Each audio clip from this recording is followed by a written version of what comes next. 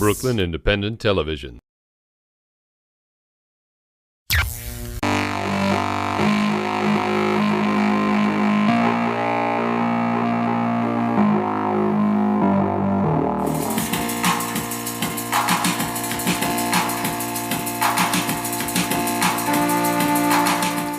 I'm originally from Los Angeles, California, a town of Downey. I left there when I was 18 and went to upstate New York at the Eastman School of Music. My family wasn't musical at all. They're actually race car drivers. I was into cars, but I was not really good at it. The first thing I ever learned was piano, and then I learned French horn, and I started playing in an orchestra with my French horn. But when I first started creating music, it was on a very small scale. Probably at the end of my undergrad, I bought a sampler and I just started messing around with taking samples and making beats. Gradually that moved from being my only mode of expression to eventually feeling comfortable enough to write for humans. There's such a stigma associated with composing. You know, it's like you think of the composer sitting down at the piano with his like big feather pen and like a piece of paper and then like, you know.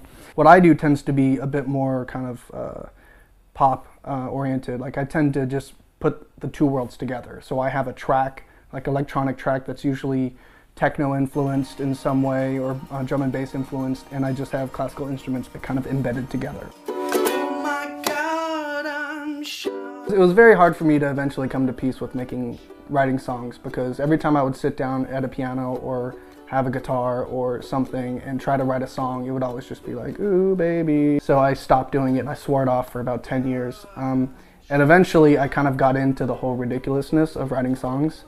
And so the first songs I ever wrote had one lyric, like one sentence that would just be repeated over and over and over. Oh my God, I'm sure. Oh my God, I'm sure.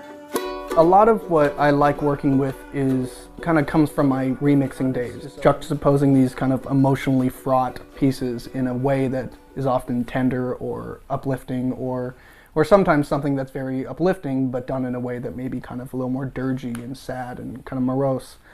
To me, it's a way of examining those feelings and examining my own emotions and reactions to this in a therapeutic way, because often the music's kind of pretty and nice and it's therapeutic, but what I'm singing about is something terrifying. I don't have any fun on my own. If you want to have fun, fall in love with me. If you want to have fun, fall in love with me, with me, with me, with me, with me. I don't want you. My name is Melissa Hughes. I'm a singer, a soprano, and vocalist about town. I sing in Brooklyn and New York and whoever else wants me to sing. I met Matt in 2006 in Miami. He was contracted for a gig that I was contracted for, and we both flew down. And we both fake played.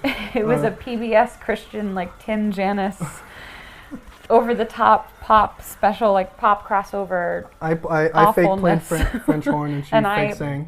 Lip synced vocals. We thought we were playing for real, but they used cans. And we started collaborating pretty, I would say, within maybe 6 months of getting together.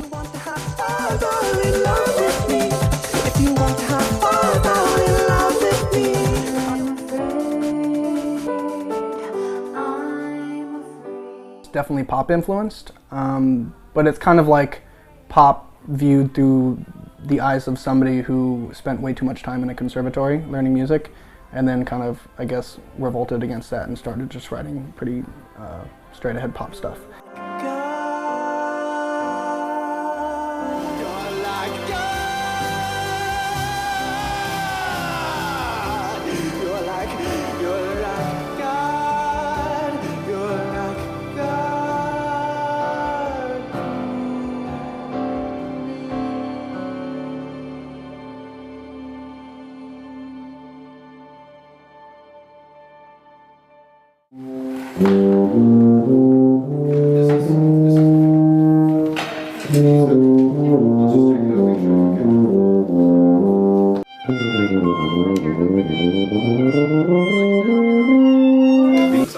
Oh, I don't have one working, sorry. Oh. Let's just do 38. Or 37. Let's do 37. 37? Yeah. Okay.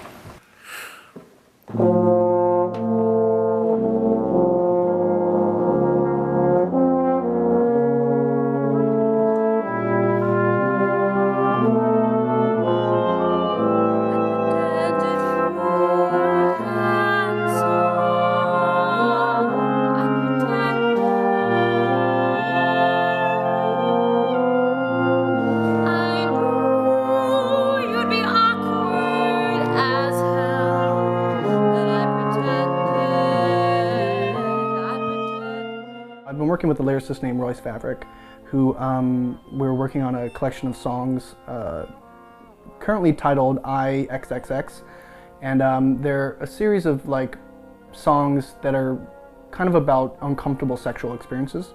And the song that we're going to hear is called I Pretended, and it's about a girl in the aftermath of a kind of depressing kind of letdown of a sexual experience. And just talking about how she pretended to enjoy it, she pretended to, make the guy feel like he was a better lover than he actually was, and all this stuff like that. So it's a very psychological, kind of twisted song. But I wrote the song for Melissa Hughes and the Brooklyn Brass Quintet.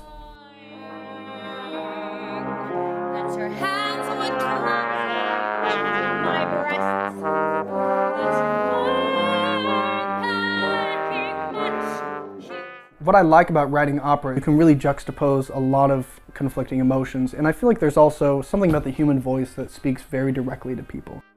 One of the things with pop music that I really respect is it's very direct emotionally. It just, you're speaking essentially to the listener.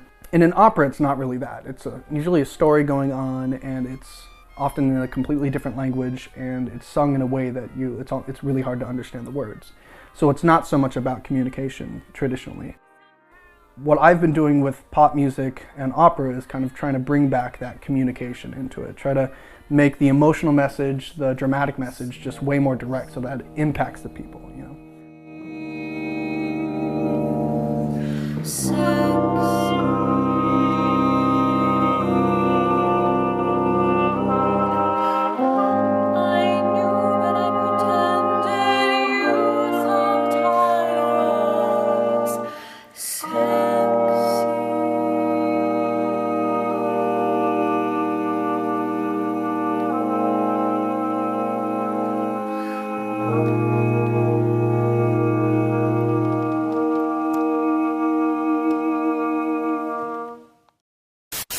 Become a fan on Facebook, like Brooklyn Independent Television.